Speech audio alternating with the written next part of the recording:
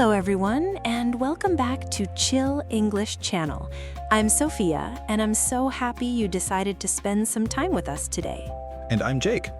Whether you're listening while walking, relaxing at home, driving, or enjoying a quiet cup of coffee, thank you for making us part of your day. We hope this conversation helps you improve your English naturally, while also giving you something meaningful to think about.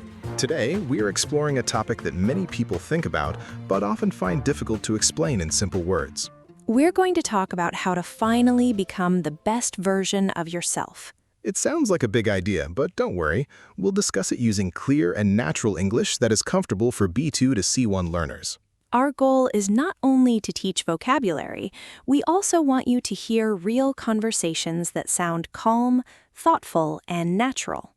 And remember, you don't need to understand every single word. Focus on the overall meaning, and your English will continue growing with every episode. Before we begin, we'd like to ask you one simple question. Here it is.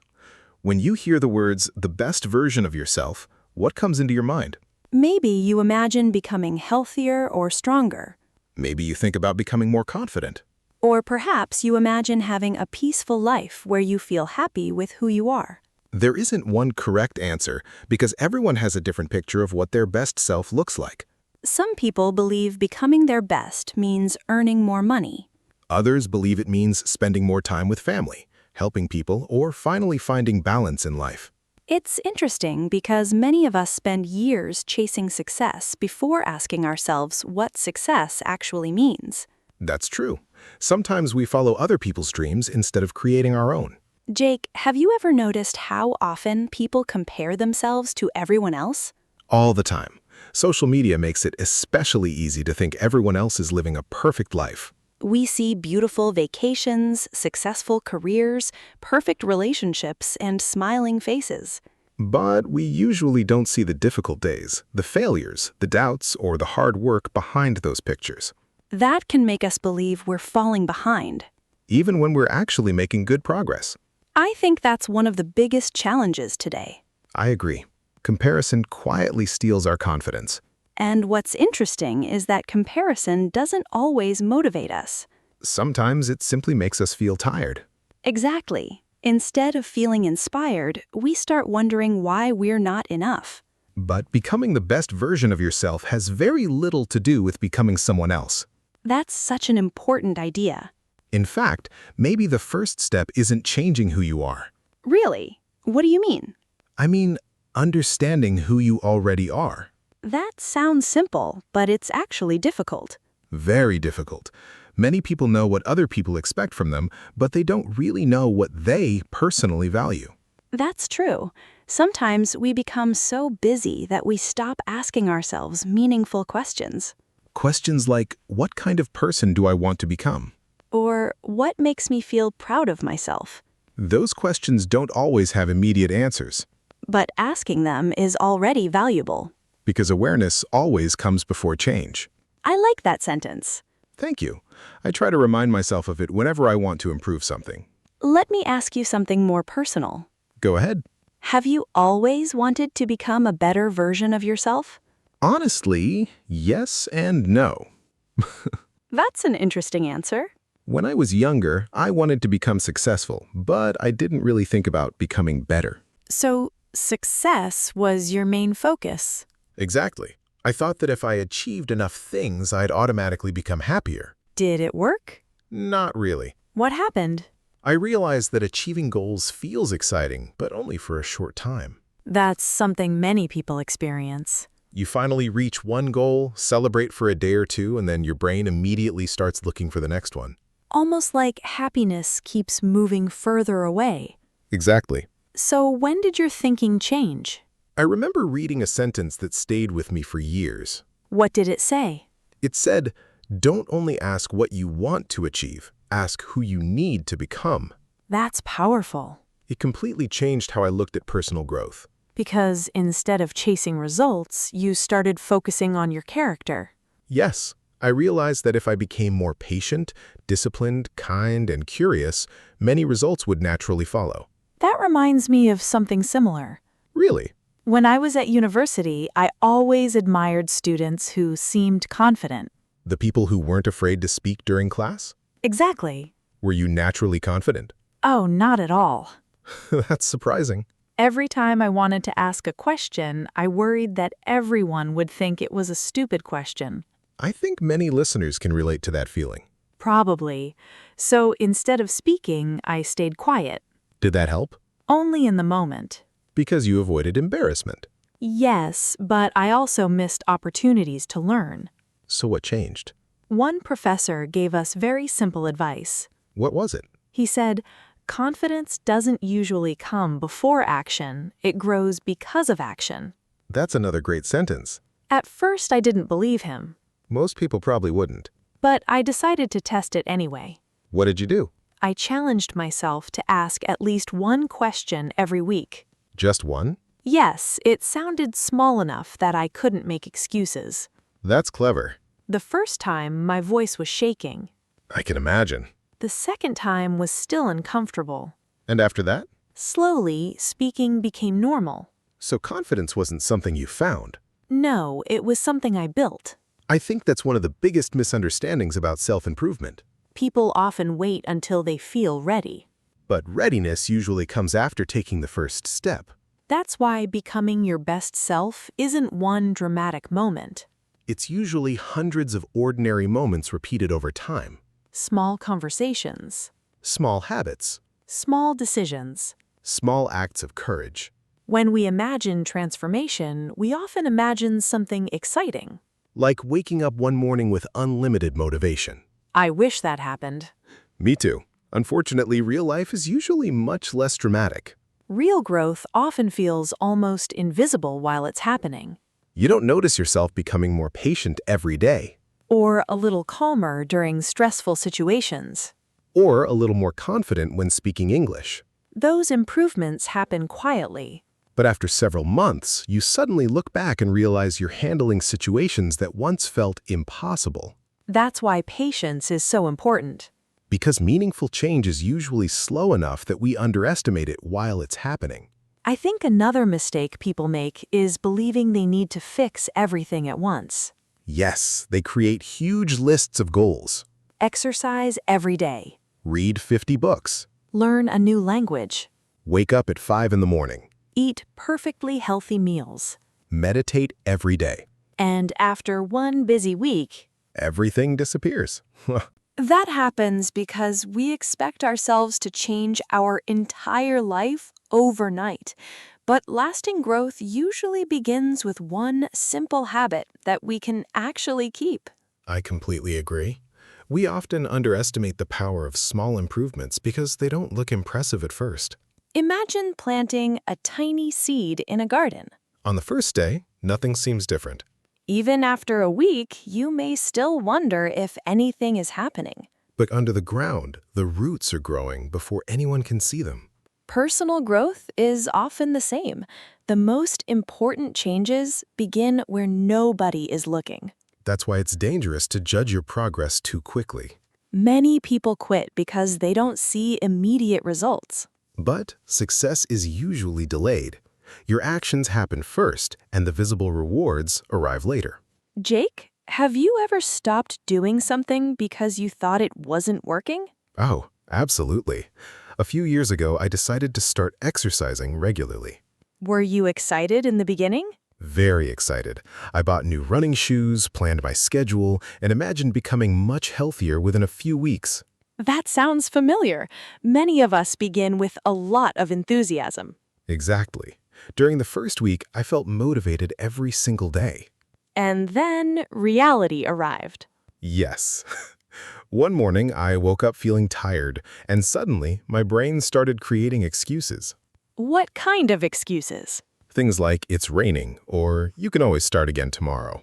Our minds can be surprisingly creative when we want to avoid something difficult. They really can. For a moment, those excuses sounded completely reasonable. So, what helped you continue? I changed my goal. Instead of trying to run a long distance every day, I promised myself I would simply put on my shoes and walk outside. That's a much smaller commitment. Exactly. Once I was outside, I often decided to run anyway, but even if I only walked for 10 minutes, I still kept the habit alive. I love that idea because it removes unnecessary pressure. Yes, the goal became consistency instead of perfection. I think perfection is another subject that deserves attention. Definitely. Perfection sounds positive, but sometimes it becomes a hidden obstacle. People often say, I'll begin when everything is ready. They wait for the perfect time, the perfect plan, or the perfect amount of confidence. But life is rarely perfect. And if we wait for perfect conditions, we may spend years waiting. I once heard someone say that done is often better than perfect. I like that saying because it reminds us that progress comes from action. Let's imagine someone who wants to improve their English. That's a great example for our listeners. This person buys grammar books, downloads vocabulary apps, watches videos about learning methods, and creates colorful study schedules. Everything looks organized, But weeks later, they still haven't practiced speaking. so they prepared to learn instead of actually learning. Exactly. Preparation is useful, but it should never replace practice. The same idea applies to many parts of life. Whether you want to become healthier, start a business, write a book, or learn a skill, there comes a moment when you simply have to begin. Even if your first attempt isn't very good. Especially if it isn't very good. Why do you say that? Because every expert has produced beginner-level work at some point. Nobody skips that stage. That's comforting to remember. We usually compare our first chapter with someone else's 20th chapter. Which isn't fair at all. Not even a little. Another habit that has helped me is keeping promises to myself. That's an interesting way to describe discipline. Yes, if I promise myself I'll read for 20 minutes, I try my best to keep that promise. Why is that important? Because every time I keep a small promise, I build trust in myself. That's a beautiful way to think about confidence. Many people believe confidence comes from compliments or achievements. But sometimes confidence grows quietly because you know you can rely on yourself. You become the kind of person who follows through. And when difficult opportunities appear, you already have evidence that you can handle challenges. Of course, there will still be bad days. Absolutely. No one feels motivated every morning. Some days you'll feel energetic, Other days, you'll simply do the minimum. and that's perfectly normal. The important thing is not avoiding difficult days. It's refusing to let one difficult day become a difficult month. That's such an important distinction. We don't become the best versions of ourselves by never falling down. We become better by standing up one more time than we sit down. That reminds me of something I once wrote in my journal. I wrote, "The person I become is more important than the goal I achieve." I really like that idea because goals can change throughout life, but your character stays with you wherever you go. Exactly. You may change careers, move to another country, or begin a completely different chapter, but qualities like kindness, discipline, honesty, and curiosity continue to help you. That's why personal growth isn't really about creating a perfect life. It's about becoming someone who can handle life with more wisdom and confidence. I think many people imagine self-improvement as adding more things to their lives. More habits, more knowledge, more achievements. But sometimes growth also means letting go. Letting go of habits that no longer help you. Letting go of unnecessary comparisons. Letting go of the fear of making mistakes. And perhaps most importantly, letting go of the idea that you must be perfect before you deserve happiness. That's a message many of us need to hear more often. I agree.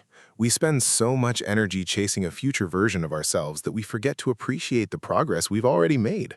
Imagine meeting the person you were 5 years ago. That's an interesting thought. That earlier version of you would probably notice many changes that you don't even think about anymore. You're right. We often become so focused on what's missing that we overlook what we've already built. Gratitude can be a powerful part of personal growth. Because gratitude doesn't stop ambition. No, it simply reminds us that today's version of ourselves also deserves respect. Sophia, if someone listening feels completely stuck right now, what would you tell them? I would tell them not to ask, how can I change my entire life? That's a huge question. Instead, ask, what is one action that future me would be proud of today? That feels much more realistic.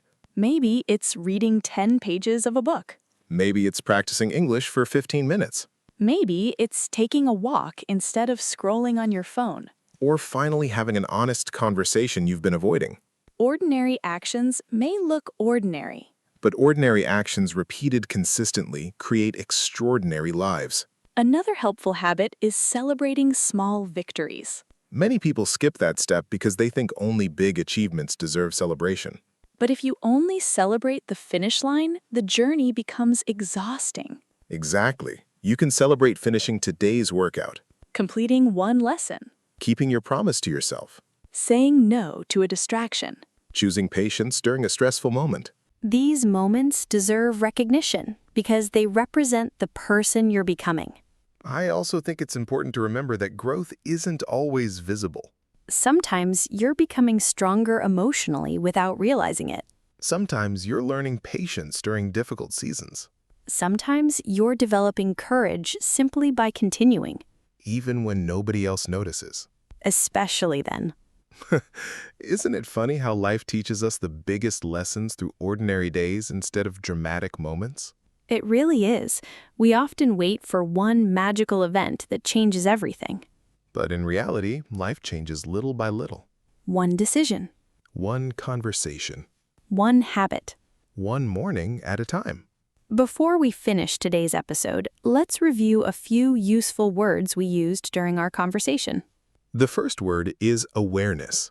Awareness means understanding yourself, your thoughts, or your situation more clearly.